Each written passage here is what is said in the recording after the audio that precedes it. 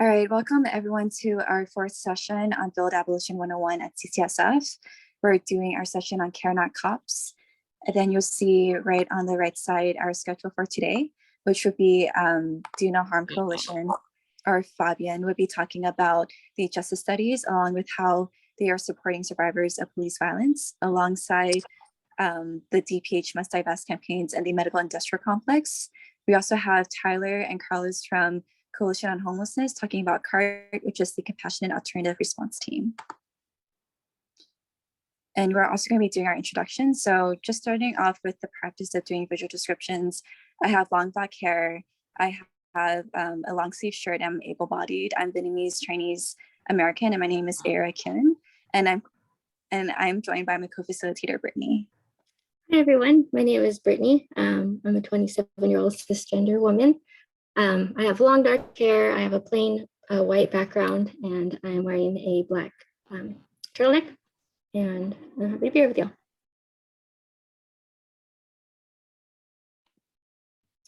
So we first want to acknowledge that San Francisco is located on the unceded ancestral homeland of the Ramaytush Ohlone peoples, who are the original inhabitants of the San Francisco Peninsula. And we encourage non-Indigenous members to uplift the work of rematriation in Texas. We also want to keep with what we've been doing for the other past weeks, which is actively decentering whiteness by creating Black, Indigenous, and person of color centered spaces. So like we've done before, the last 10 minutes will be open to non-Black, Indigenous, and people of color. But for the first portion of the discussion, we will be centering BIPOC first and centering LGBTQ+ and disabled BIPOC. And the chat will also be open to everyone, but we just ask people to please not take up too much space. Something else that we have is our ongoing fundraiser. Hopefully for the folks joining in today, you're going to be hearing from us by at least Friday about the groups that y'all will be in, but we'll be actively fundraising for this class to pay stipends for our speakers, primarily our Black Indigenous speakers first. And we'll put a link into this in the chat later on. Okay, so for our next portion, it's going to be on collective care. From a personal perspective, I was introduced to collective care through my exposure to Project Survive. So a lot of the work that Project Survive does and the content can be heavy. So like many of us who survived harm or played a role in actively causing harm. So it's important that collective care kind of stays central to our topic of abolition because this is all about community safety. And so while we're dismantling oppressive systems, we also want to talk about being person-centered and taking like a regenerative approach to healing by means of abolition. And so going back to like the slavery and the prison industrial complex discussion that we had a few weeks ago, the systems that we currently operate in prioritize government and industry interests and do so by using policing and surveillance and imprisonment to enforce these interests. And so this ultimately leads to like a system of disempowerment almost. And this approach manifests itself in different ways as seen through the other industrial complexes that we see, including the medical industrial complex that we'll talk about today. So when we center healing, we do want to, when we discuss abolition and center healing, we think about like transformative justice, where we address harm and violence without causing more harm or violence by disengaging with the state and relying on the state to address these issues, while also addressing the ways that we perpetuate those oppressive social norms, but ultimately leading to what we know prevents violence, which is fostering intergenerational relationships like Eli talked about, while also like centering accountability and safety. And then we also think about disability justice, like what Charlie discussed with us last week, where we both confront ableism and address the ways that we perpetuate ableism, while also asking ourselves what access needs that we still need to be met, and how we can get there. So in keeping with our overall arching goal of practicing abolition and focusing on community safety, I'd like to introduce Kari, who's going to lead our next topic on collective care. Hey y'all, thanks so much, Brittany. And sorry, can folks hear me? Okay, cool. My internet is wilding out, but great to be with y'all. And I just want to make a couple announcements, and really like the framing that you just did, Brittany, was beautiful. And I wanted to start with just being like open about the gratitude that I have for the space and for the facilitation that has been happening, and for the work that everyone in the class has put into making the space, you know, so care-centered. And the feedback that folks have provided through the feedback form has been super helpful. And I know that the facilitation team is trying to integrate that, and that we're all trying to integrate that as much as possible. And yeah, both the constructive and the positive feedback has been really helpful. And as Charlie shared in his presentation, making this class accessible, making anything accessible is a never-ending project. And I really appreciate everyone's work towards that. And I feel lucky to be learning with y'all. And so then I just wanted to share a couple pieces of a couple reminders and pieces of like wisdom that folks have shared in the comments, and also that we've talked about, that I've talked about with the facilitation team, that all of us are learning here. And many of us, like all of us, me, facilitators, me as a student, the speakers that come to share their wisdom, like I think every single person that has entered the space is a learner, right? And is seeing themselves as a learner, and everyone's learning at different paces. And I just want to honor that, and then remind us all to really slow down and just be as intentional as we can with our language. As Brittany was sharing, just the gendered, ableist, racist language that we have in our society that's so pervasive. We're steeped in it, and it takes practice to remove from our vocabulary or our lexicon. And so it needs to be a thing that we practice by being a little slower, which is also not part of our culture in the US. So that's something that I'm going to try to keep reminding folks of, maybe at the top of each class, speakers too, just to remember that, you know, gendered language especially has been pretty pervasive, and we are going to try not to be using it. And if you're going to say, you know, something that could be gendered, you guys, girls, ladies and gentlemen, I don't know if elders still be saying that, and just, you don't have to. Folks, y'all, there are other ways to do it, and we're all just working on that, but really helpful for me to be reminded.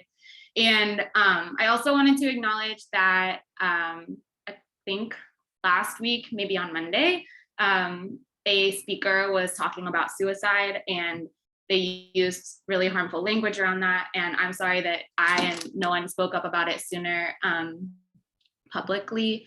And I'm just, yeah, for any harm that was caused there, want to say, like, I'm with you. And if you want to talk about it or share any, ways that like it would have been helpful to intervene in the moment, that's really great and helpful. And we'll just try to do better about that whenever we know harmful language in the moment, in the future.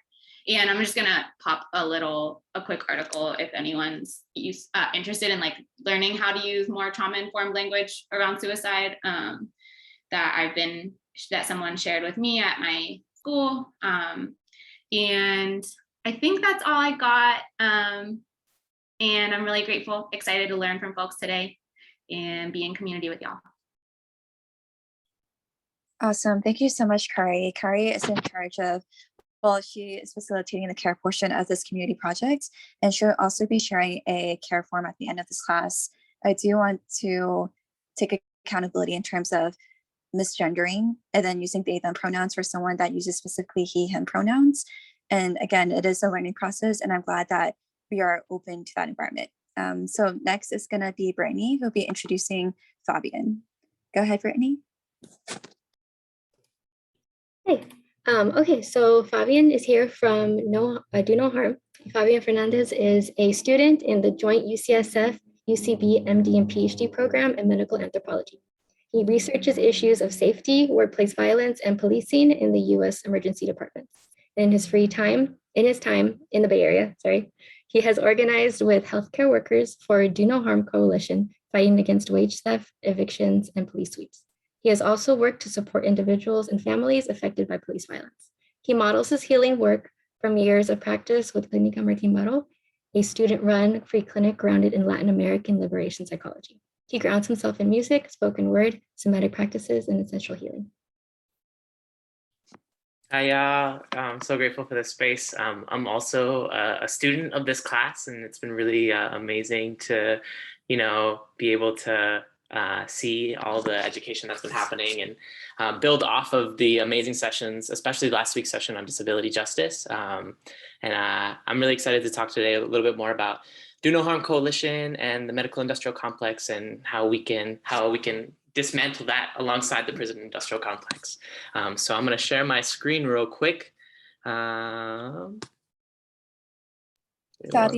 do you Yeah. also mind giving a visual description of yourself? Yeah, absolutely. So I am a white Latino with disheveled black hair and a beard and an earring that has a cross in it and a jean jacket. Yeah, thanks for that. I use he, him pronouns, and my access needs are met for today. All right, y'all see that?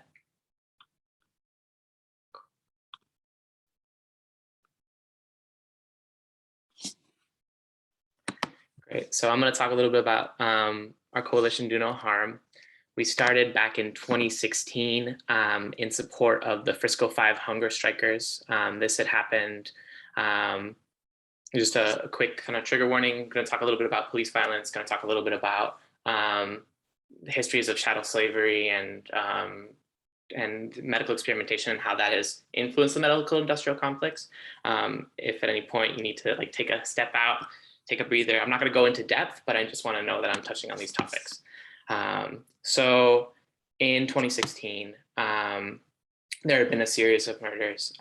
Mario Woods, Almicar Perez Lopez, and Jessica Williams, and that prompted the Frisco 5 movement. A lot of folks from the Black and Brown Club down in San Francisco came together and started a hunger strike. And they asked folks at Clínica Martín Baró if there was any healthcare workers who could support them in that hunger strike to make sure that they didn't develop medical complications further down the road. A few healthcare workers stepped up, and they kind of later formed the Do No Harm Coalition. And so this iconic moment, right, where thousands of people are marching through the streets of San Francisco to City Hall, and there's this scene, right, of the Frisco 5 being pushed by a group of healthcare workers in scrubs and in white coats, right? And so that's how we started. And since then we have branched out as a coalition, but we stayed close to those roots, right? Grounded in the police and prison abolition. So a little bit about our kind of mission. We are healers, health workers, and activists accompanying communities affected by state-sanctioned violence in our collective struggle for health, dignity, and sovereignty. We believe that health is a human right, and as health workers, we have a collective duty to eradicate systems of oppression. And I want to go through our values real quick because I think it helps y'all understand who we are as an organization. So we are a horizontal collective. We believe that social movements should be led by those who are most impacted by systems of oppression, and we see ourselves as accompanying communities, right? And so this is right from the first, action that we did together accompanying the Frisco 5, we were supporting them, and we have supported many groups in the Bay Area and nationally, but we don't do our own campaigns, and I think that's important to highlight. We demand universal access to decolonized community-led, patient-centered multimodal healing. We recognize that we are working within a medical industrial complex as healthcare workers, and that means that we can't practice healthcare in the ways that we most beautifully imagine it. And we are trying different beautiful little experiments, right? So Dr. Rupa Maria, when she led a group of healthcare workers to go out to Standing Rock, they worked with indigenous healers there to create the Mini Wiconi Clinic. A few years later, we partnered with Health Justice Commons when the pandemic started to support folks, especially folks with disabilities, to make sure they got medications and got telemedicine as needed. To point number 3, we believe that structural violence is a public health issue, and we have an eye to both the acute, right, violence of policing and incarceration, but also we recognize that structural violence is also chronic, right, around issues of homelessness, lack of access to healthcare, et cetera. And we support strategies, right, that are abolitionist. Even though abolition isn't in this mission, we were already starting to kind of articulate and think about that, thanks to the good work of Critical Resistance and others. We as a coalition are committed to nonviolent direct action. So we recognize that there are many tactics to this movement, right? But that we as healers and healthcare workers can often leverage our healthcare worker privilege, right? Often that involves wearing a white coat to actions, right? And using that to help get people to think differently about the ways that structural violence is actually having physical impacts on our health and well-being. And then finally, we cannot heal others unless we are working to heal ourselves in the process. So I'm constantly learning and growing, and I really appreciate the ways that y'all opened up as a sort of self-reflective space. And so if y'all have any feedback for me as I'm going through things, feel free to directly message me or hit me up afterwards. I want to take a moment to talk a little bit about the medical industrial complex because it is so complex and so ingrained in our society. So this is a really rad image that it was co-created by Mia Mingus and Cara Page, and is featured on this blog, Leaving Evidence. And what I want to highlight here is how the medical industrial complex is the system that we know as biomedicine today, right? And so it prioritizes profit and power over healing. And we can identify it most specifically, right, in the kind of sterile hospitals, right? These large complexes, in the hierarchy within medicine where doctors are on the top, right? And their medical societies determine a lot of what we understand as health and healing today. We can understand it in the insurance companies that tie profit to and exploit people. We can understand it in the pharmaceutical industries. And we can understand it in the deep and long history of colonialism, right? If we understand biomedicine as something that emerged from the West and really rooted itself through colonialism, that grew through the exploitation and medical experimentation on folks who were enslaved, on folks in Puerto Rico, on folks across the world, then we understand that how deeply enmeshed we are in it. One of the things that I like to point out is that it stamps out all other traditions of healing. So we have so many rich traditions of healing. We have the indigenous traditions here, or many people have their own healing practices. We have healing practices that were brought by enslaved Africans over the Atlantic Ocean, where people were literally bringing seeds, right, herbal medicines, and in their hair, and then planting it and using that. We have, midwifery that was practiced and brought over. We have traditional Chinese medicine, Ayurvedic medicine. There's so many rich practices, and part of what biomedicine does is it legitimizes itself as the only form of healing that can actually like help people. And this has been opening up, but from the get, right, in the early 1900s, there was a report that was sponsored by the Rockefellers. It's called the Flexner Report, and they were standardizing medical schools. And in doing so, they shut down a ton of Black medical schools across the country. There's also the ways that the Rockefeller Institute, because they got a lot of their money involved in petroleum, the petrochemical industry is very intimately tied with the pharmaceutical industry. We think about the ways that Bayer Pharmaceutical, right? When we think about, a very common pharmaceutical that we all know well, came out of Germany and participated in experimentation in Holocaust victims in the camps, and continues to exist today as Bayer Pharmaceutical Company. So these things have long and deep histories, right? And we know that we can only begin to think about abolition by centering people that are most affected. And those are the people, who have disabilities, who have been experimented on, who have had their reproductive capacities taken away from them, people who have been intimately impacted by medicine. So we need to listen to them and imagine, how do we do things differently?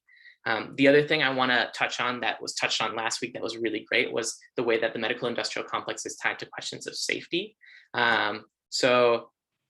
We think about not just, medical care that's provided in prisons, but also group homes for the elderly, sick, and disabled, and the ways that a lot of folks are held captive in those spaces. We can think about mandatory drug treatment programs, and we can think about conservatorship, right? Free Britney, right? This is a really great example of the ways that the medical industrial complex and the prison industrial complex are intertwined. So I wanted to give you guys that broad overview.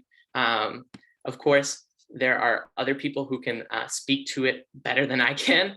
So these are some books that I would totally recommend that you check out. I will make sure to share those links in our little group app. But I just wanted in the Discord, but I wanted to share that here. And then if y'all are really interested in the medical industrial complex, the Health Justice Commons is this amazing organization led by folks in the disability justice community. And they are starting a class on September 23rd. It meets every Tuesday and Thursday from 5 to 7 p.m. That's called Understanding and Transforming the Medical Industrial Complex. And so we're working together right now. There's a coalition of groups in the Bay Area that are hoping to put together a conference in the next year or so, similar to Critical Resistance, like 1998, I think it was, conference on the prison industrial complex, so that we can all start to consolidate everything that we know and begin to tactically and strategically be like, hey, the medical industrial complex is actually harmful to us. And how do we separate the things that we love, right? Whether that's care, whether that's medicine, from the very coercive and profit and power driven structures of the medical industrial complex. So a little bit more about Do No Harm. We have done a lot of actions. We have gone to Standing Rock to support the water protectors there. We've supported a lot of campaigns against police violence, especially directed by families and survivors of police violence. We were also deeply in relationship with the Coalition on Homelessness and the Housing Rights Committee, and thinking about the health effects, right, of evictions and houselessness. We, in 2020, did a lot of things. We had a street medic training for folks that were going out during the George Floyd protests. We showed up to support housing folks in SIP hotels, and we supported decarceration efforts, as well as the McDonald's strike. I want to highlight kind of the main campaigns that we've worked on. So one is the Justice Study. So Gwen Woods approached Dr. Rupa Maria, who is part of the Do No Harm Coalition, and asked if the Do No Harm Coalition could conduct a study. And the question for the study was if justice is the best medicine, and if justice is withheld from family and communities who have experienced police violence, what are the health effects, right? And so we went out it was a 3-year community study where we went out and we surveyed folks, and we presented our results in 2 sessions in Bayview and in Fruitvale. And then we worked together with the Black and Brown Coalition, and we staged a long march from San Francisco to Sacramento, where we presented those results. Those results hopefully will be put together in a study that's going to be published and then accessible to a lot of folks.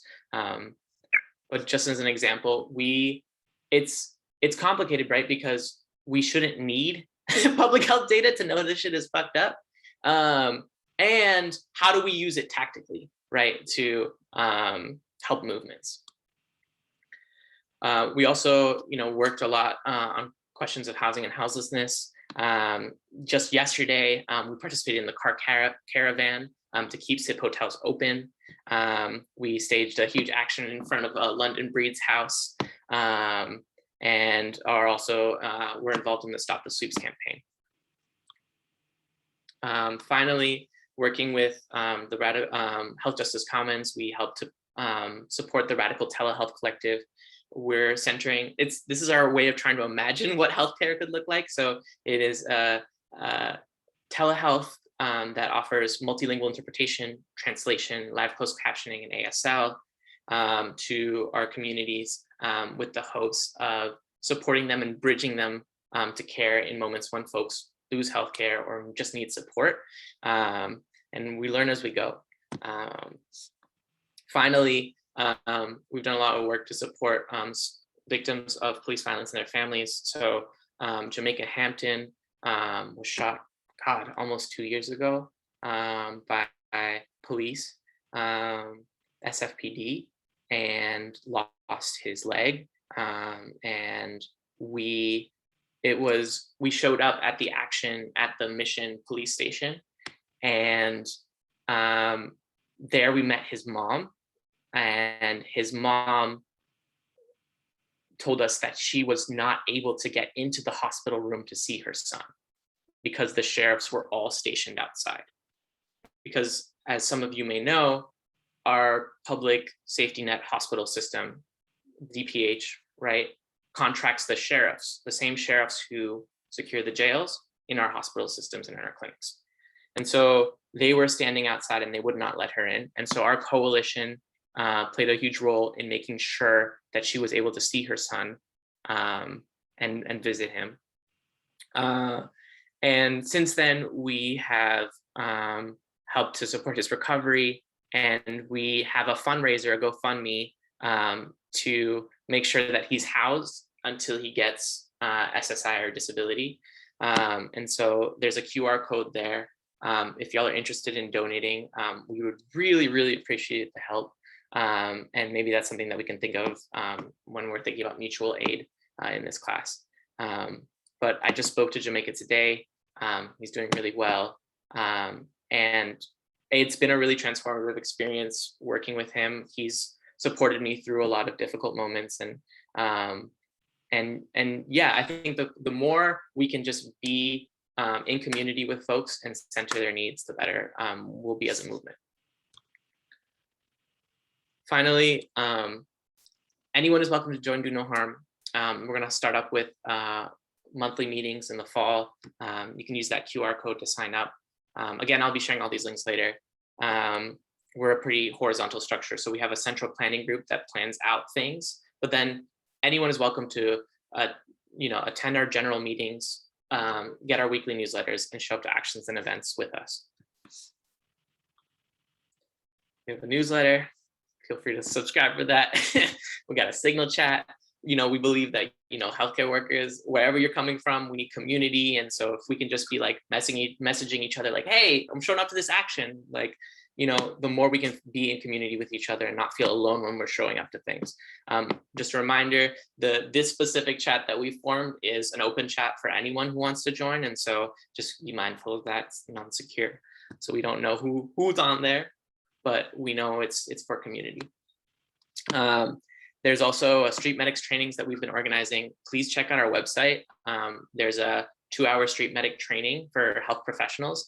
Even if you are not a health professional, there's a lot of amazing information there. And then if you really want to get involved in street medicing, which is a really practical thing to do, then I would email the Oakland Street Medics. Their email is there. And then there's also a QR code link for their email. And if you want to join Telehealth Collective, please email. We are always looking for folks, who can help to coordinate visits, help coordinate care. You don't have to be a healthcare provider for that. Finally, I want to talk a little bit about DPH Must Divest. Do I have time for this? I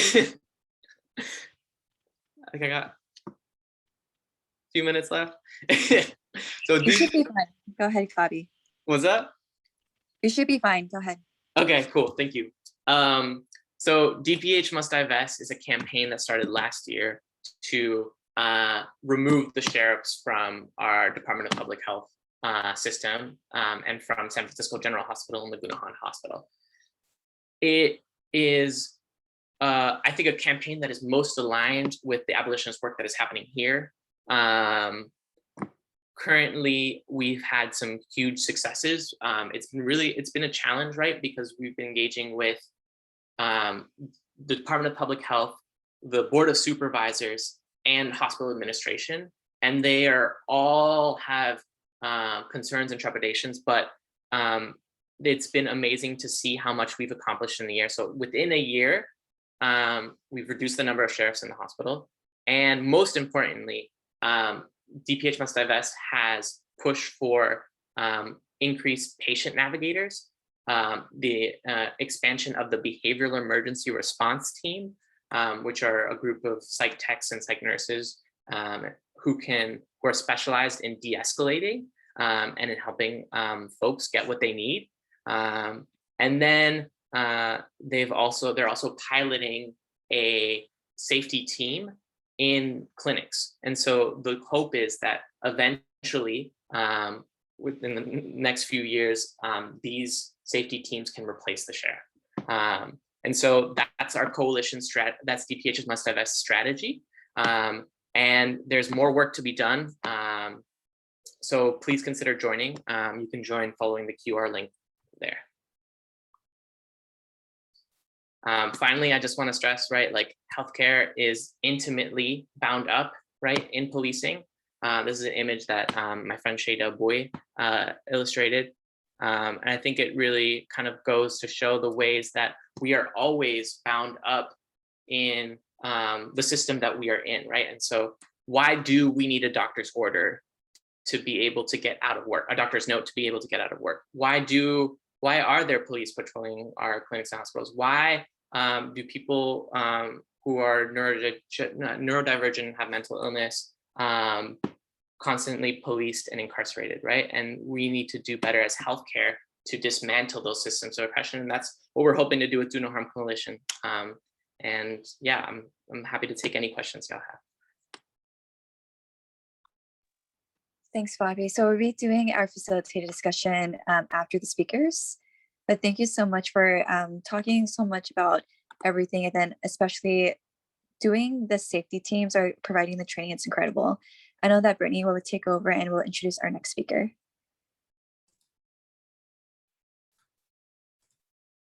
Okay, so our next speaker is from the Coalition on Homelessness. The Coalition on Homelessness San Francisco organizes homeless people and frontline service providers to create permanent solutions to homelessness while working to protect the human rights of those forced to remain on the streets. For decades, COHSF has organized against the criminalization and over-policing of unhoused San Franciscans. Carlos Watkins, the human rights organizer, and Tyler Kaiser, the policy director, have been intimately involved with this work, including working on the implementation campaign for CART, the Compassionate Alternative Response Team, aimed at replacing police responses to homelessness. Awesome, thank you, Brittany. Again, my name is Tyler. My pronouns are she, they. I'm the policy director over here at the Coalition on Homelessness.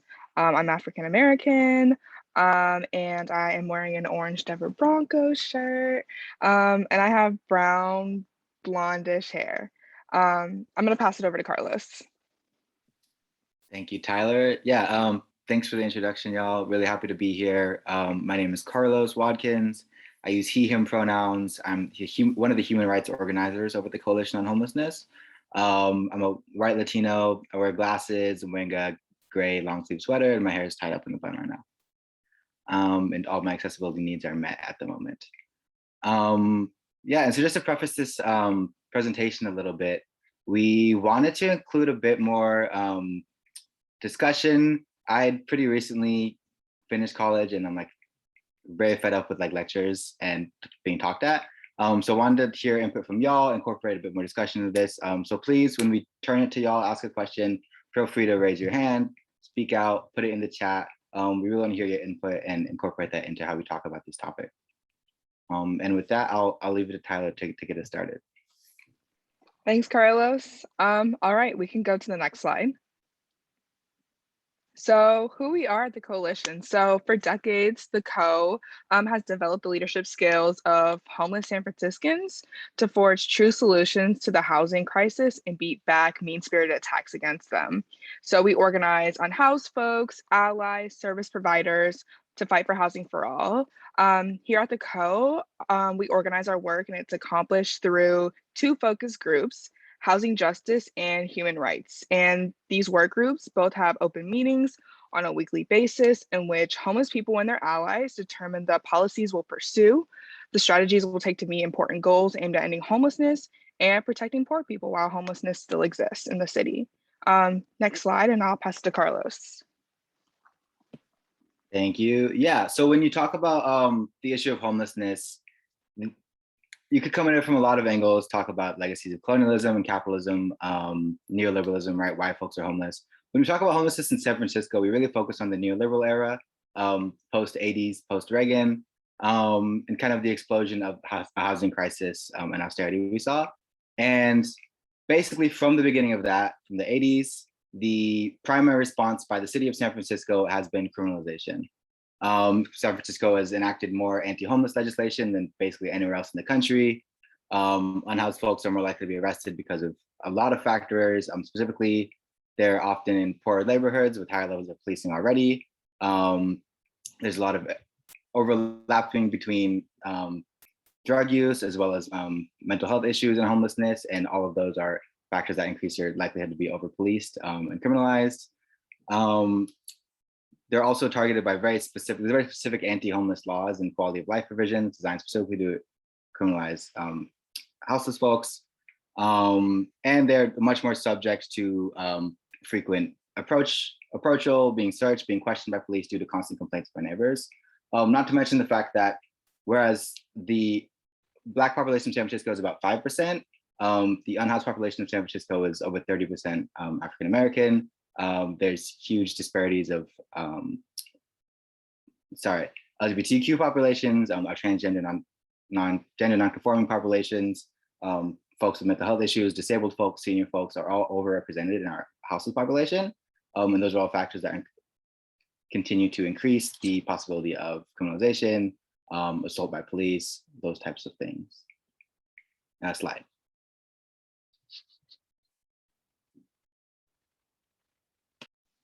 All right, so as we said before, we want to take some time to open up the discussion for a couple of things. So first, can we stop sharing?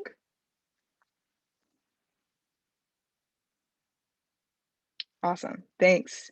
Perfect. So our first question is, what does criminalization and policing of unhoused folks look like in your specific community?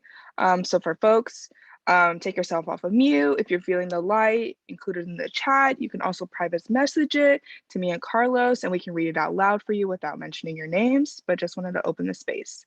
And I'll ask again, and I can also include it in the chat. So what does criminalization and policing of unhoused folks look like in your community? And I'll give folks maybe a minute to think about that. And whenever you're feeling the light, feel free to come up.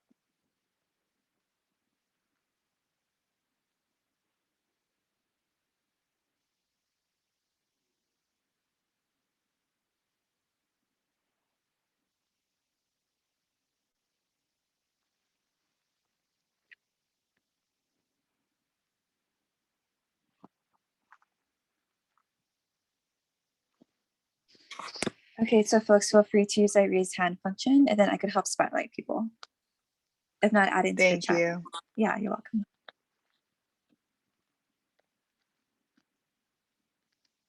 All right, is anyone feeling the light? Anyone want to talk about how they see criminalization and policing of unhoused folks in the community?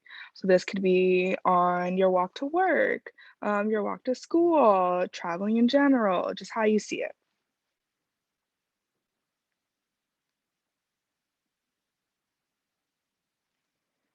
Cool, we got some stuff in the chat. So encampment sweeps, we see a lot of that. Targeted policies, I see a lot of that. Maybe Tyler, it'd be helpful if I explained what an encampment sweep was for folks who don't know. Yeah. And there's a lot of definitions that different folks will use.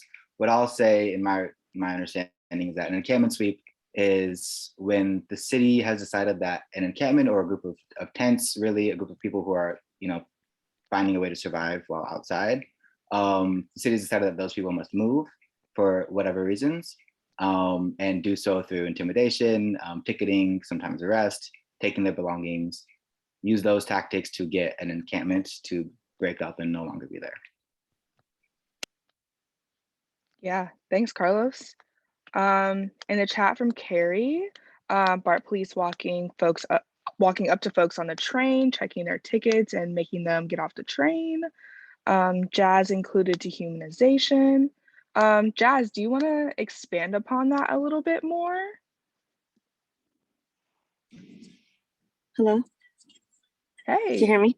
Hey. Yeah. Sorry, this is something that's a little hard for me. So, but no worries. Yeah, well, I see it often, as I'm here in the city, San Francisco. And yeah, I say dehumanization because just the other day, we stood by like our apartments and, the cops, the pigs, I'm just say, they treat unhoused people, all people, like they're nothing. And like they have no say, like, and it's just like, I don't know, it's very scary because every time I see a cop by an unhoused person or a Black and brown person, I feel like that person can die, Sorry if it's triggering for anyone, but it's like, if we're not there, this could lead to something worse. And it's just like, there's no reason for pigs to be around unhoused people. All they do is dehumanize them and they look at them like they're nothing. They actually say that it's like a burden on them to have to be around them, Like I've heard pigs say like, oh, we have to deal with them. Like, no, you don't. You know what I mean? And so thank you for being here. And yeah, that's all I can share right now. Yeah, thank you so much for that, Jazz. It looks like in the chat we have hostile architecture, policing unhoused people and claiming they're drug seeking or looking for a place to sleep. Yeah. Anyone else feeling the line and want to come off of mute? No worries. So I'm gonna slide us into the next question. One sec. One thing that both I think Jazz kind of touched on and Priscilla's comment in the chat says, it says this is more of stigmatization than criminalization, but the way people talk at my work about a local homeless encampment is as though it is inherently criminal and dangerous and it would automatically be unsafe walking near it.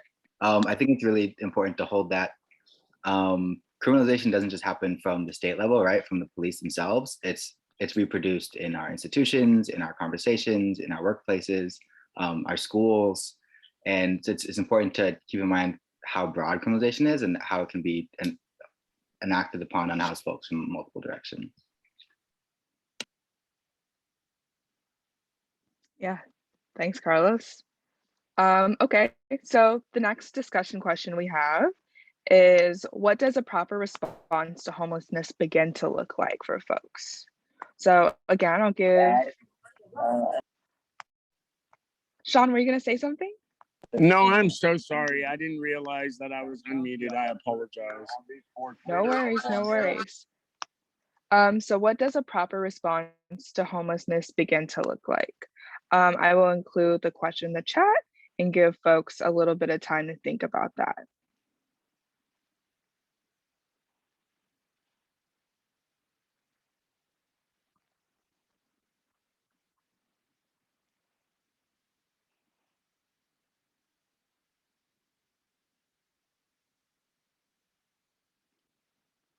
Okay. All right. Anyone feeling the light? I'm totally buying it. Could I answer? I'm glad that you asked that. So I work in harm reduction. I'm literally at work right now. And we go around and we dispose of used hypodermics, or we give people Narcan, or we give them connections for utensils that are or tools that are clean, so that they can use that haven't been used already. And I think that's a really good response to homelessness. I think the best response is giving them the things that they need, like housing and food and, and care, and making sure that they have people to talk to. I think that's another huge one. Like, I'm from the city. Before I started this job, I had a really, really like stigmatized view of what it means to be homeless, and what it means to be mentally ill, and what it means to use drugs. And oftentimes the people that I work with experience all these things at an intersection. And I think like when you talk to people experiencing these things, like a lot of times that's really all that they need, is just a human connection, right? Somebody to talk to. For instance, there was a person that was freaking out on the tube in London, some underground, and this old lady, like, this man was probably like 6'2", 6'3", freaking out, young man. And this old lady held out her hand, and the guy grabbed her hand and like broke down into tears. And it's really just sitting there, like, saying that, like, I think the best response to homelessness is compassion, but it's also giving them what they need and making sure to care for them like you would care for anybody else, because there's really no difference whatsoever. Yeah, that was beautifully said, Sean. Thank you so much for sharing. Oh, my iPad fell. I'm gonna read the chat a little bit. See what we got. So we have treating and talking to unhoused folks like they're human and meeting their needs. No more luxury condo building. I fucking love that. Access to holistic healing, providing chances. Housing is a really big part of that. Anyone else?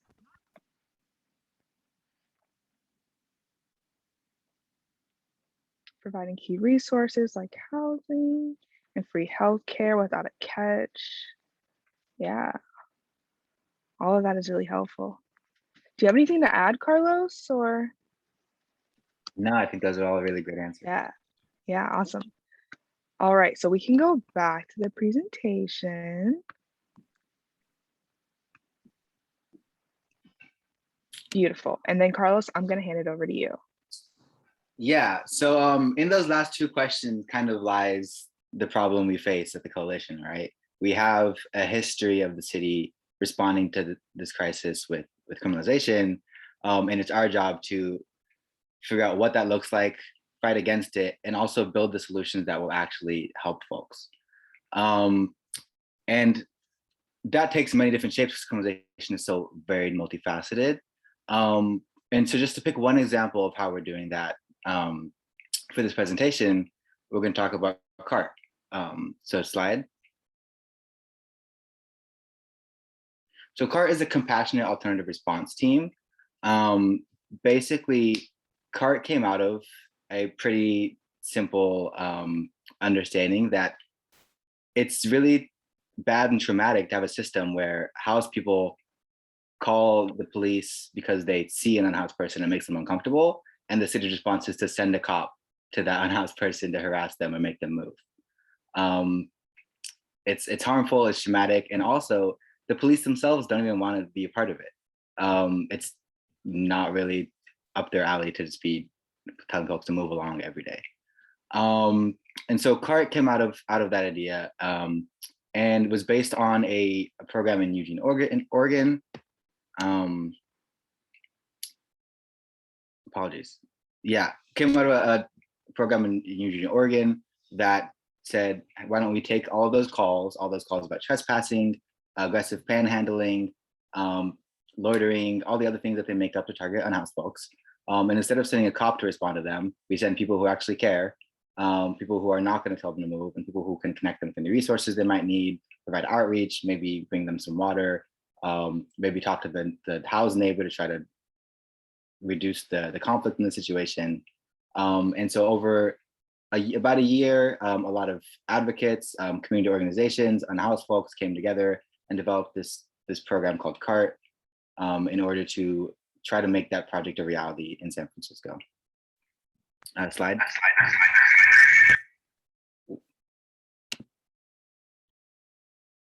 Awesome. So I'm just going to touch on the mission of CART a little bit, and thank you so much, Carlos. So the mission of CART has a couple of steps. So developing recommendations for program design, advocating for adoption of the recommendations by city departments, participating in the implementation process of the new program, and then ensuring accountability and continuity with the adopted recommendations of all the program operations that'll be planned. We can go to the next slide and I'll hand it back over to Carlos. Yeah, so thanks, Tyler. That's how you kind of see the outline of how we approach this problem. Right now, we've seen the problem, right, of over-policing here. Police respond to these calls. We've developed a solution. We've secured funding for the solution in this year's budget process, as well as support from the Board of Supervisors in a pretty hard-fought battle. And now we're at the stage of making sure that the dream, the image, the vision put together by these community organizations and unhoused folks is brought to reality in a way that gives, I'm not sure the word, in a way that justifies and lives up to the vision that we all had, and is actually going to reduce harm for folks rather than reproducing harms with a different uniform. Right, because what we don't want is cops that just wear a different uniform, work for a different organization, but still do the same harmful practices. So currently we've got funding. We're really fighting to make sure that the contract is written up to our standards, that it's housed in the correct department, that the organizations that apply for the grant to be CART have the kind of values and the kind of capacity to do this well and to treat people well, and to make this work. And that's kind of the reason I'm talking about this is those are really like the nitty-gritty details that go into making these projects actually happen. It's not always the most glamorous stuff, and it's not very fun. Not the most fun stuff at all.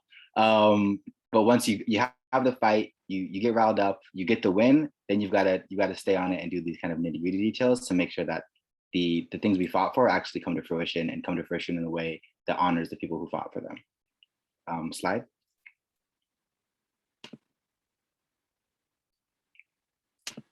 Yeah, so just want to take a step back again and think about this CART as one project, and within many of the various projects the coalition has that we see as abolitionary or building the project of Care Not Cops, and also in the much larger project that is abolition, that is much higher than like us, a nonprofit specifically focused on homelessness, is able to address. So what CART does do is it takes away a lot of interaction between police and unhoused folks, right? Which takes away a lot of violence, a lot of trauma, creates a non-violent conflict resolution system based on compassion for unhoused folks.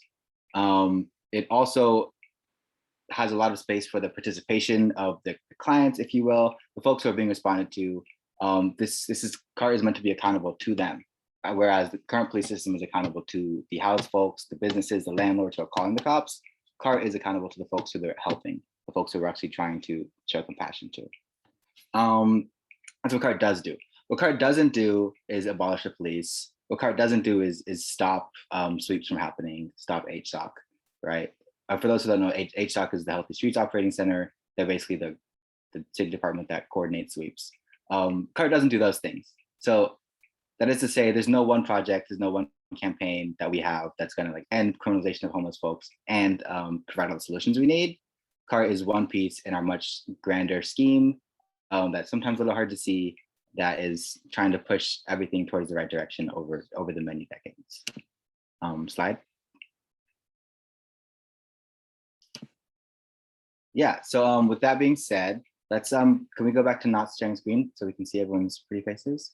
And yeah, so that's, with that being said, and with that understanding of what CART is and what we do there, I want to know what y'all think. What are some other next steps? What beyond CART, what do we have to do to make those realities that folks are talking about housing and healthcare and treating folks with compassion? What else can be done to make those things happen, make that vision a reality?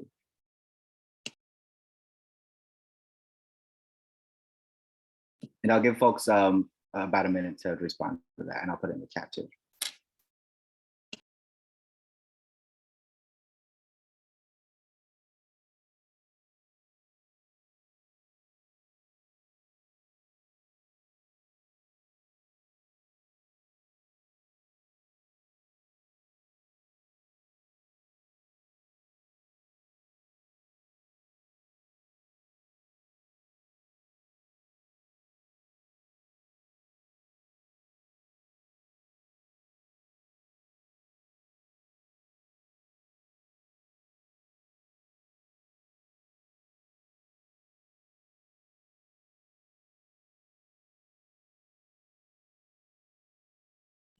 People are also welcome to tie in what Fabián mentioned about the safety teams and whatever DPH Must Divest and Do No Harm mentions into this question too. Absolutely. Yeah, thank you. All right. Anyone feeling froggy, have any answers? Want to raise their hand or drop it in the chat for us?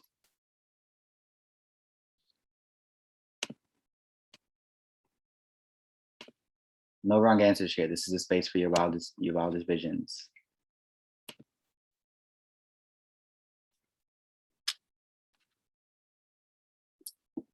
Everyone being trained with the first responder skills. Yeah, that's a great point. And something I'd like to add to that goes back to what Sean was talking about is overdose prevention, right? Narcan. What does it mean to like really focus on healing people and saving the folks on the street who are so subject to health issues, to overdose, to all those issues? Fabián says, I don't know if workers currently have a city job classification, would it be right to roll out similar positions in schools, healthcare, transit, etc.? Yeah, can you expand a little bit on that, Fabián? Yeah, I think one of the things that we're struggling with DPH Must Divest is that a lot of the safety teams that are being proposed are like CSOs, right, or NGOs, right? And how do we get like good union city jobs of folks trained in de-escalation? And in talking to the city, a lot, they're like, so does that in a security guard, or what city job classification is that? And there isn't a current existing job classification for like de-escalation and stuff. And if we had one, maybe we could roll that out in schools, in hospitals, and on the streets, etc. Yeah, excellent point. Thank you. Let's see what else we're seeing in the chat. Providing livable guaranteed income for folks coming out of prison, jail, substance abuse treatment programs. Yeah, great ideas. Who else has something?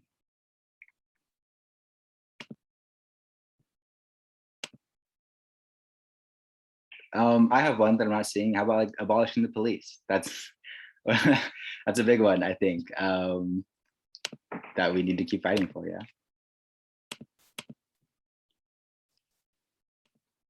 Awesome. Is that okay? Sean Okay. has a hand raised. I was just going to say really quickly that that's a really good idea, abolishing the police, obviously.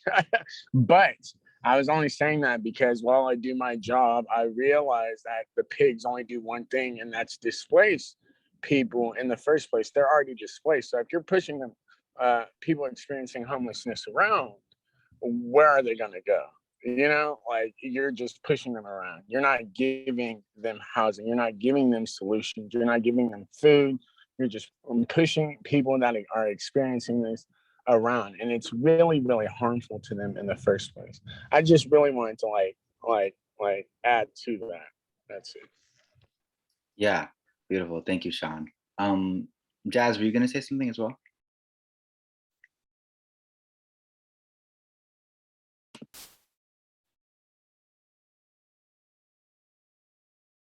Oh, I'm sorry. I raised my hand on accident, I think.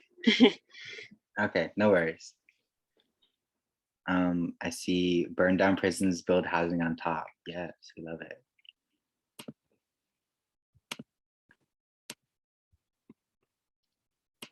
Okay, well, if no one has anything else they'd like to share, we can go back to the slides and back to Tyler. Thank you, Carlos. All right, we can go to the next slide. Thank you. All right, that's all we have for y'all. But we have a couple ways that you can get involved. I'll also include all of this in the chat. If we can go to the next slide.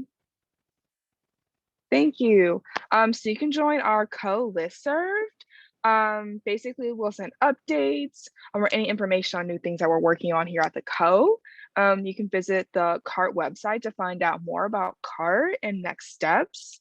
You can also send a personal email to me and I can add you to the CART listserv to stay up to date on what we're meeting and what's going on with CART.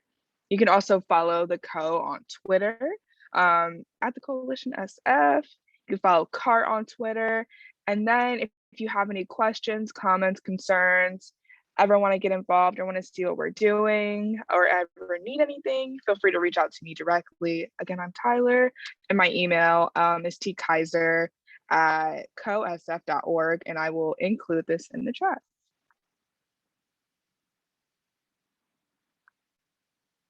All righty. Thank you, everyone.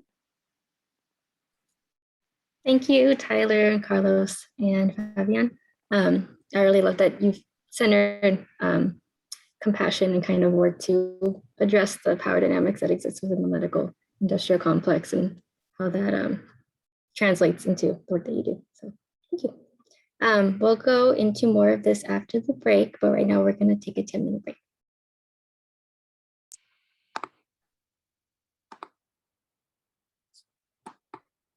All right, and something to think about as we go into our 10-minute break is we're going to be going back into breakout rooms, and the speakers, it's optional if you want to join us in the breakout rooms. It's okay if you want to sit that one out, but we'll be returning at 7:20, and then we'll have a 10-minute breakout discussion. So finally, people get to interact with other people in this class. We're really taking into consideration all the input that's given through the care form, and this will be the question that will be asked in the breakout room. So please do reflect upon it, and we'll be back at 7:20. Thank you.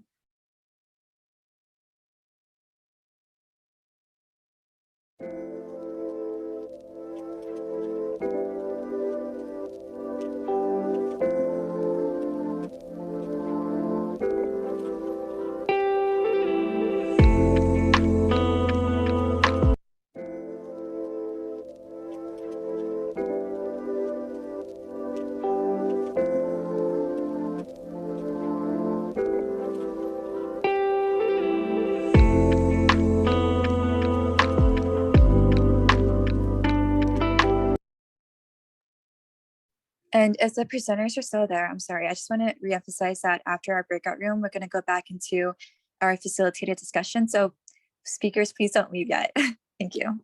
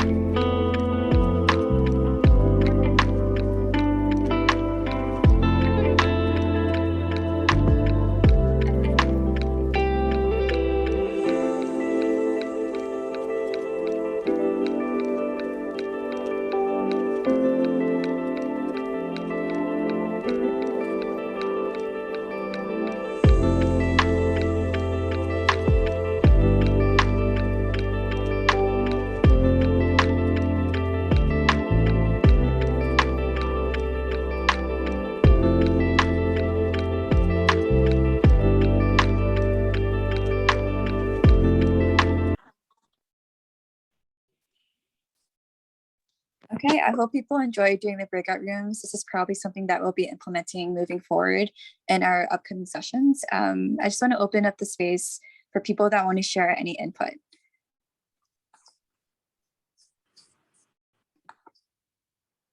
Anybody want to give any report backs, share any ideas? Please use the raise hand function if so. I could also mention in my group, which I took notes. So it's Sean, Laura, along with Leslie and Conrad. We talked about this idea of having harm reduction tools accessible for everyone to be distributed on campus, alongside how people, our houseless neighbors, are being treated outside of times of crisis. And this idea of having just like a public access space where people could use the showers or get holistic health and things like that. And I'm curious if people had, if there are any parallels in other conversations too.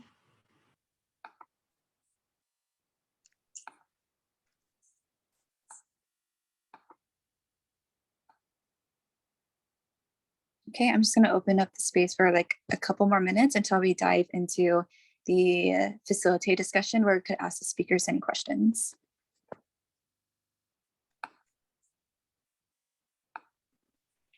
I'll just share quickly. This is Kari. She, her pronouns are fine. I'll give my image description. I am a light-skinned Black person with glasses and a very gay outfit. Oh goodness, Lord have mercy. And I'm spotlighted. I have a black hat and little curls sticking out, and a very colorful shirt.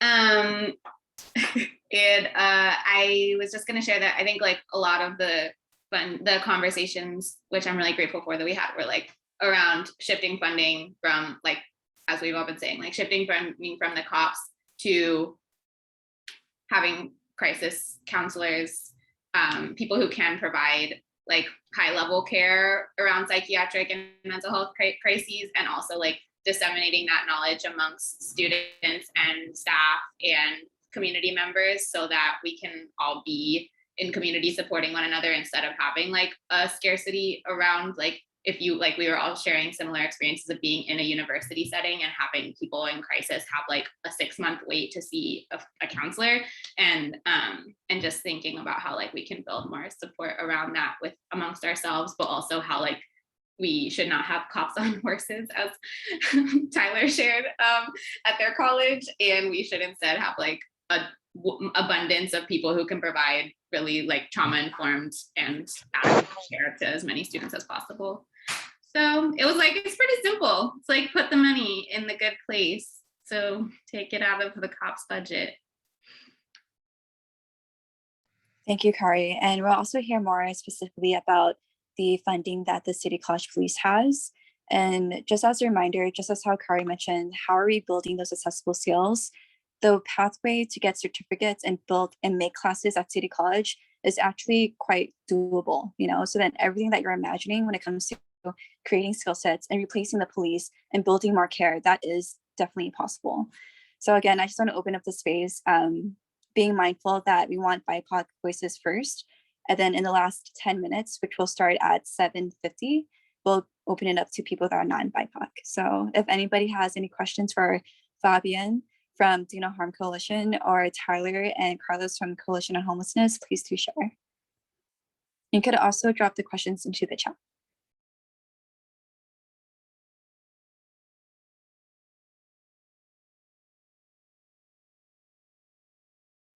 I'm also curious, the people that are nursing students, if they have any questions too.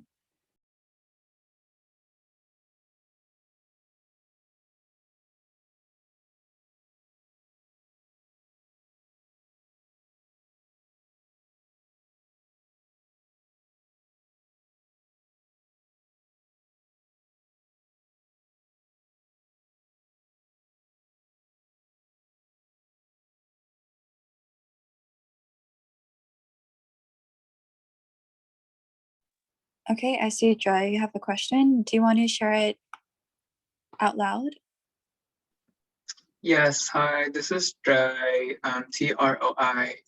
I use she, they pronouns, and I'm a light-skinned Vietnamese person with really short black hair and a yellow crew neck in a gray room.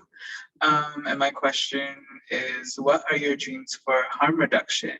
And I think I'm leaning towards like, based on the harm reduction work you've seen in the past and now, what are some dreams or creative visions for the near future in this work? Thank you, Joy. So I'll be open to all the speakers to answer.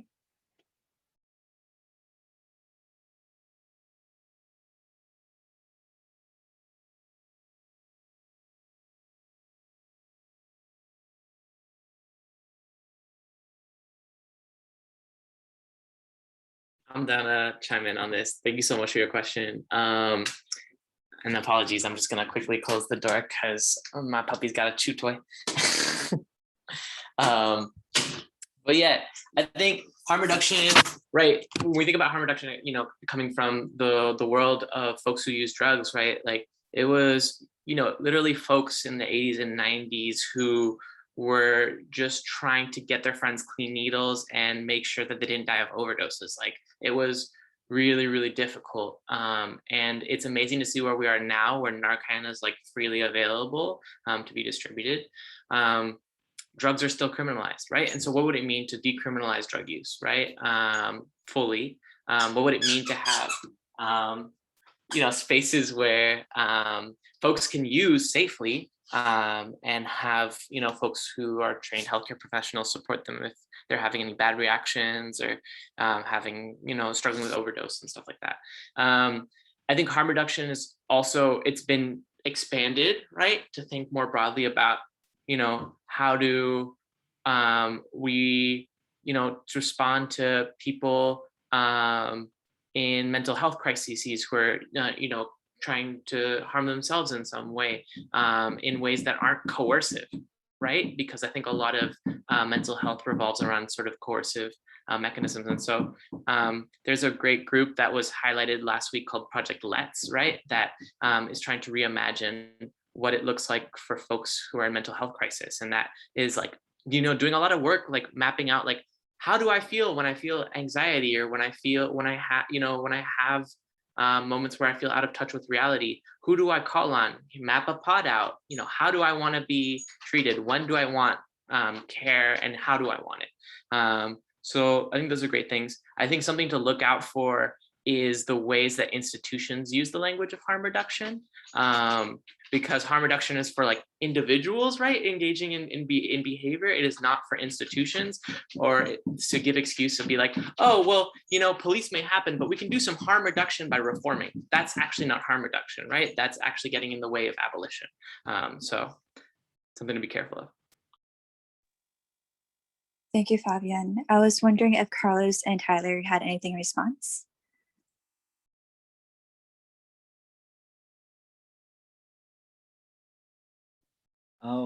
Yeah, I can say a little bit. I think what Fabián said was really great. From my perspective, we at the Coalition actually don't spend a lot of time focusing on harm reduction. And that's not because we don't think it's really important or because we don't really value it, but it's because there's some really great organizations who are leaders there, and we support their work in that more than we do our own work. With that being said, from my perspective as an organizer among unhoused folks, my dream for harm reduction is that drug users stop being criminalized, and also that folks are not overdosing. I mean, the last year has been really hard in San Francisco for folks in the street, folks in the Tenderloin especially. Overdoses are really out of control right now, overdose deaths. And so my main dream when I think about harm reduction, when I think about drug use, is just that our people stop passing away because of treatable things. Yeah, so that's all I'll say. Thank you for the question. Thank you, Carlos, for answering that. And lastly, with Tyler, I know that Carlos mentioned that you all don't do harm reduction, but then just out of curiosity, how do you imagine that?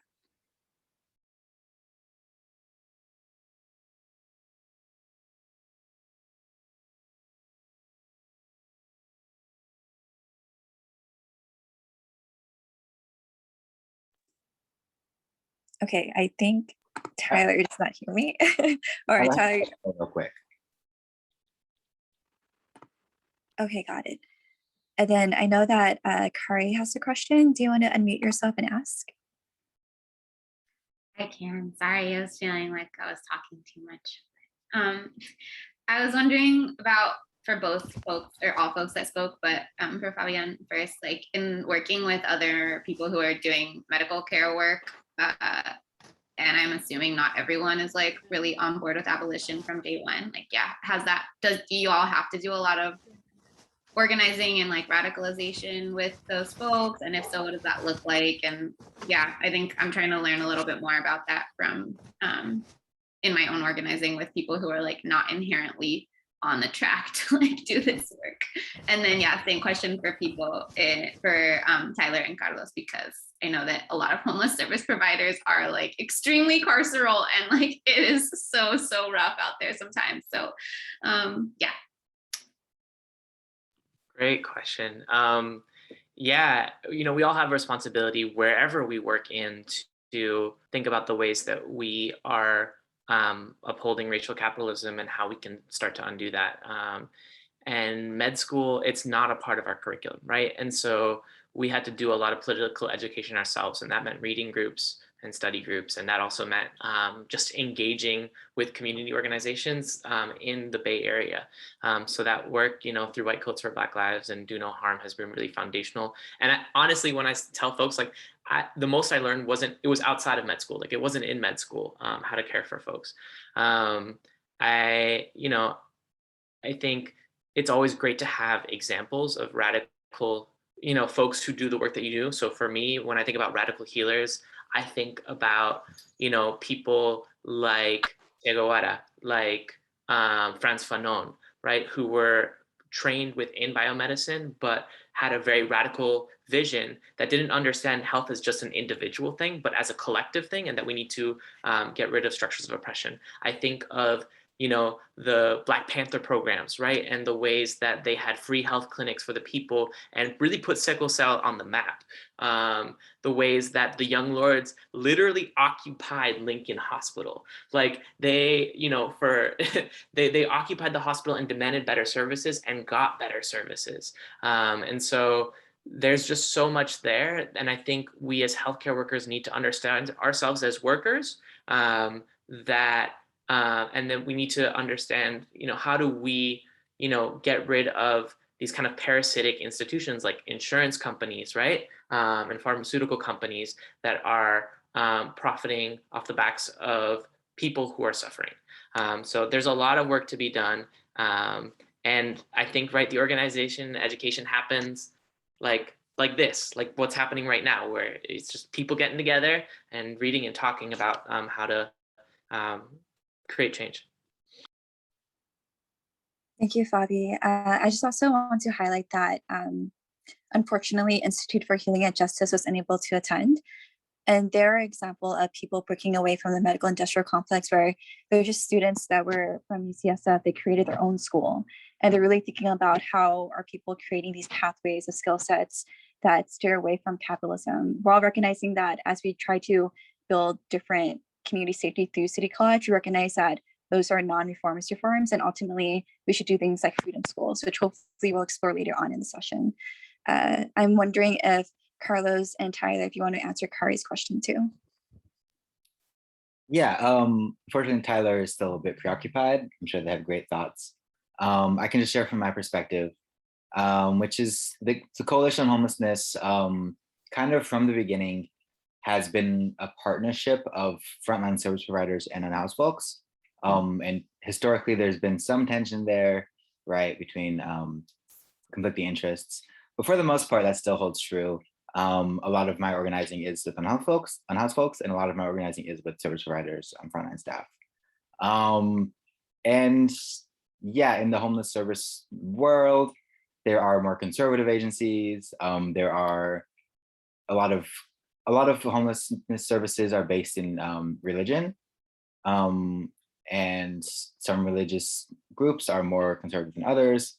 And also a lot of it's based in charity, right? And there's a difference between like giving to folks out of charity and giving to folks out of like a long-term liberatory struggle. So yeah, that's a large part of my job is organizing service providers and kind of bringing them in.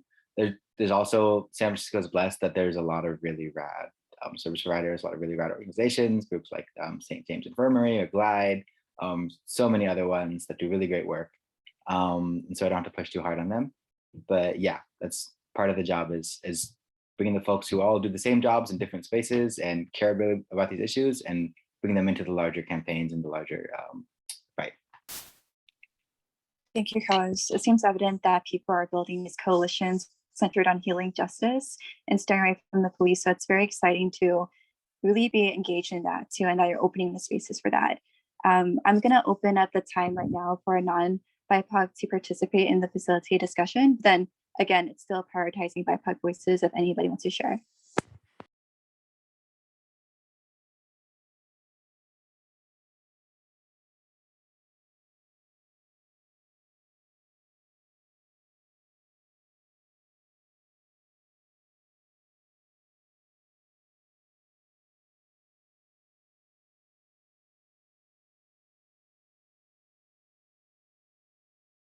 I actually had a question. I was curious if I'm hearing that Do No Harm has a safety team, unless that's DPH Must Divest. And I think Coalition on Homelessness has CART. I was wondering if those programs could be done through like through the programs that we have at City College, where we have things like the first responder programs and stuff like that, and nursing. So I'm curious over that overlap.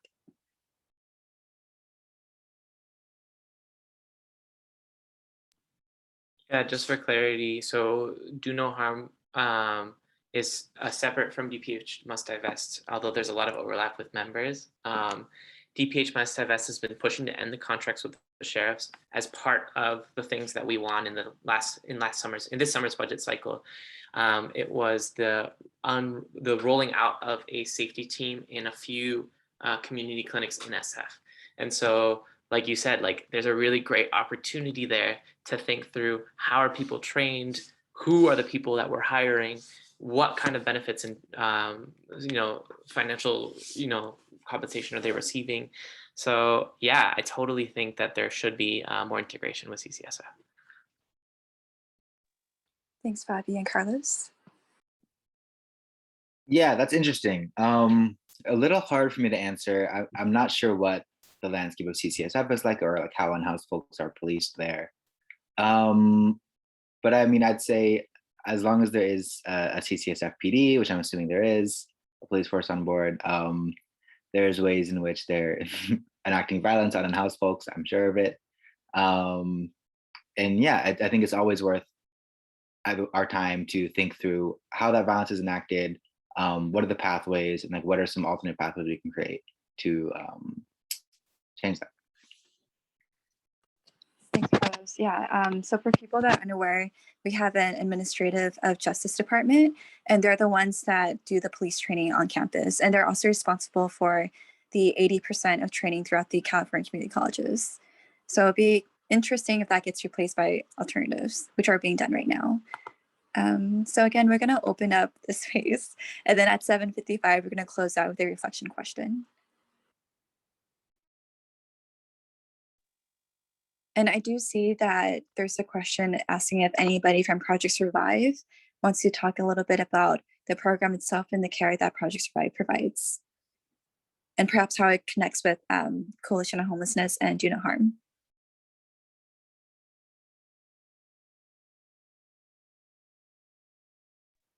Brittany, I was wondering if you wanted to sort of answer that too. I know that you're in the Project Survive class. Yeah, I'm doing like the curriculum for it right now, so I'm not too involved in it yet. But I know that they do workshops on healthy relationships and use that kind of like community and education to address the root causes of interpersonal violence and kind of facilitate workshops that allow you to think a little deeper about what it is that goes into a healthy relationship.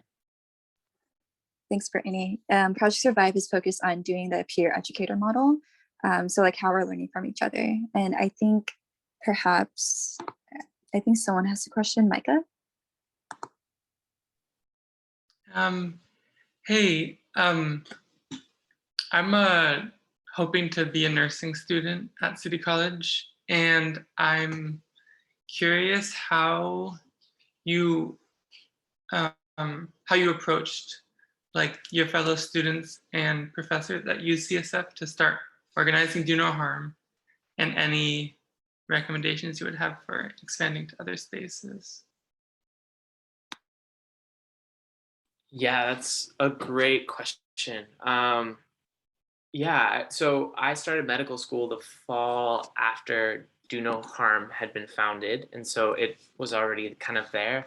But I remember, very early on, you can start to talk to classmates about, like, hey, isn't it messed up? Like what's been happening, and start to kind of have these kind of important politicized conversations. For my class, right? Like we have to do like a Hippocratic oath, right? And so in our Hippocratic oath, when we, committed to doing no harm at the beginning of medical school, we pushed for our class to include acknowledgements of state violence and police violence as public health crises.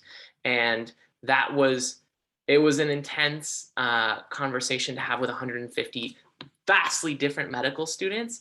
But what it helped to do was it helped for me to identify who are the people that I share similar politics with, that I can be in relationship with, and who are the folks who are allies that we can turn into accomplices, and like, through, mutual political education and learning together. Thank you, Fabi. Micah, do you have like anything in response, or is that good? I have more questions, but I don't want to, maybe I'll ask you later. And I wanted to also say, I meant to do a description. I'm a white person with long brown hair, backlit, and I have some facial hair, and I'm non-binary. Awesome. Thank you everyone for doing the visual descriptions. I think Laura might also have a question.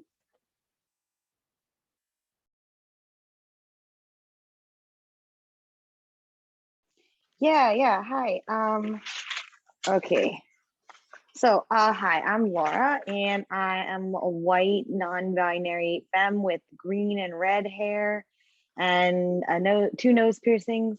And my question was, I've already forgotten it. Oh yeah, how has COVID like changed your strategies and like for working with the people that you work with? And I was also just thinking about like the way that zoning really affects the housing that we're able to offer people, and therefore the care we're able to offer people. Just thinking about how all these parklets have popped up, but like no small, like those spaces could, a lot of them could be like tiny houses. Not that you're doing housing stuff, but I just wanted to tie that in there potentially. That's all. Thank you, Laura. And this is open to all the speakers. Yeah, thank you, Laura, for that question. I can't really think of a short way to answer this, besides that COVID changed everything. It changed everything both in like the day-to-day tactics, like how you organize is different, and also the structural things, the issues, the topics are all changed. And so one by one, like as an organizer, especially an organizer who works with unhoused folks who don't have stable housing, stable access to phones or computer, internet, what have you, a lot of my job is building relationships, connecting, bringing folks into meetings, into spaces physically, right? Having folks come to the office, being out on outreach, being in shelters, being in that kind of thing. Not being able to do that changes everything. Everything's on Zoom, through email, through phone calls. It's a lot harder to reach unhoused folks. It's a lot harder to get folks to come to meetings. All those kind of things drastically changed. In terms of like the material, like what we're working on, COVID, I don't know how familiar y'all are with disaster capitalism, that concept from like Naomi Klein, but basically this is going to be a butchering. I'm sorry, I haven't been in school in a while, but like basically whenever there's a disaster, like the capitalists and like the state use it as an opportunity to seize a lot of power. And so with COVID, what we saw is the city and like the mayor's administration, the departments just gobbled up so much power. For instance, before the pandemic, if you were an unhoused person and wanted shelter, you could drop into like a Glide or like a nonprofit who can connect you with shelter. You could call the field on a wait list, be put on a wait list for shelter. There was this option, like ways that you could, as an unhoused person, go somewhere, talk to someone, and try to find shelter. When the pandemic happened, they took away the shelter wait list. They took away community access to shelter. The only way to access shelter was through the centrally planned CCC, who like allocates shelters to HJoc and Hot Team to use at sweeps, right? Like they totally seized the shelter resources and used it to enact violence. And similar things are seen with like some of the solutions that have been brought from COVID, like the safe sleep sites. The only way to get to a safe sleep site is to be swept by HJoc. There's no other way to get into a safe sleep site. Or the hotels are like a whole other issue. But specifically like when the hotels opened, residents of the which pro hotel, hotels are great. It's good to give people beds and bathrooms. But when the hotels were opened and some of the other COVID sites, they took away the shelter grievance policy, which is something we fought for a long time, to where when folks are harassed by shelter staff, kicked out of their shelter, have grievances, there's a due process there. They have a right to appeal. They have a right to a third party witness, but not a third party advocate who works with us, the shelter client advocates. Like there's this whole process protecting them, because shelters are really traumatic and shelter staff can really abuse these folks who are really vulnerable. That was not applied to the SIP hotels. That wasn't applied to the other COVID sites. It really is stripping away of folks who live in shelters' rights. I could give a billion examples. Those are just like some of them. But yeah, COVID massively shifted the landscape of homelessness in San Francisco, shifted the power dynamics, and really affected how we do our job here. Thanks, Carlos. It's evident that exacerbated all these inequities. And I wonder, Fabián, if you have an answer to Laura's question as well. Yeah, just really quickly. I think healthcare workers are burnt out. And, we had a lot of energy last year, with the, questions of abolition and street medicing and, helping support, folks who are unhoused. But I think this year it's been really hard to get together. And I think that's because everyone's tired. And so we actually have intentionally taken like a hiatus this summer and are, regrouping this fall to kind of form community again. So in the meantime, it's just been great. We've been like spending time, hanging out and trying to just do community building. But I think this pandemic has been really hard for all of us. It hasn't changed the work that we do, but it's affected our capacity a lot. Thanks, Fabi. My sister is involved in the medical field, and I really appreciate everything that people do there. It's very thankless work. I hear that consistently. So I really appreciate everything that you and everyone's doing. I want to bring it back to Brittany, who will be asking a reflection question to close out the session. Thanks. And the reflection question is for our speakers. So Fabián, Carlos, and Tyler. In your wildest dreams, how do you imagine us building an abolitionist world, and how does that vision overlap with CCSF? And I'll put it in the chat also.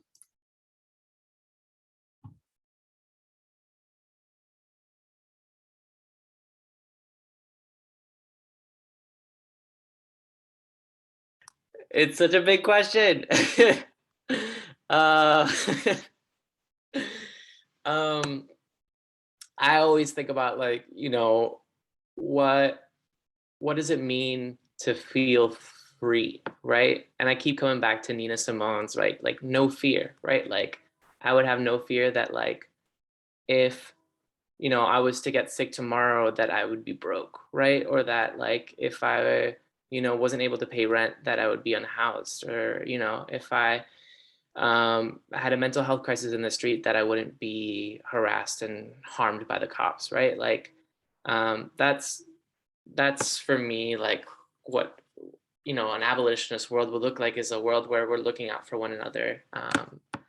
And how does that overlap with CCSF? Like, city, y'all are at the controls, right? Like, like in a lot of ways, y'all, a lot of the training programs, right, as y'all were mentioning, are through city, right? And so y'all have an opportunity to really push the city to prioritize healing over policing.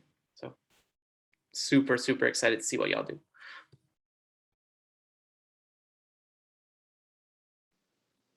All right, I think I can answer this one. Thanks for your patience, everyone. So in my wildest dreams, how do I imagine us building an abolitionist world? I think first, acknowledging the systems of oppression that marginalized groups face in our country is the first step to doing that, and freeing us from the guise of capitalism, because fuck capitalism. Yeah, fuck capitalism. And then how does that vision overlap with CCSF? Well, y'all are doing the work. You're here, you're present. The first step is just getting the word out and teaching folks about what abolition means, and how you can radicalize each other and your classmates and the people you see. So that's really powerful. Carlos, if you have anything to add.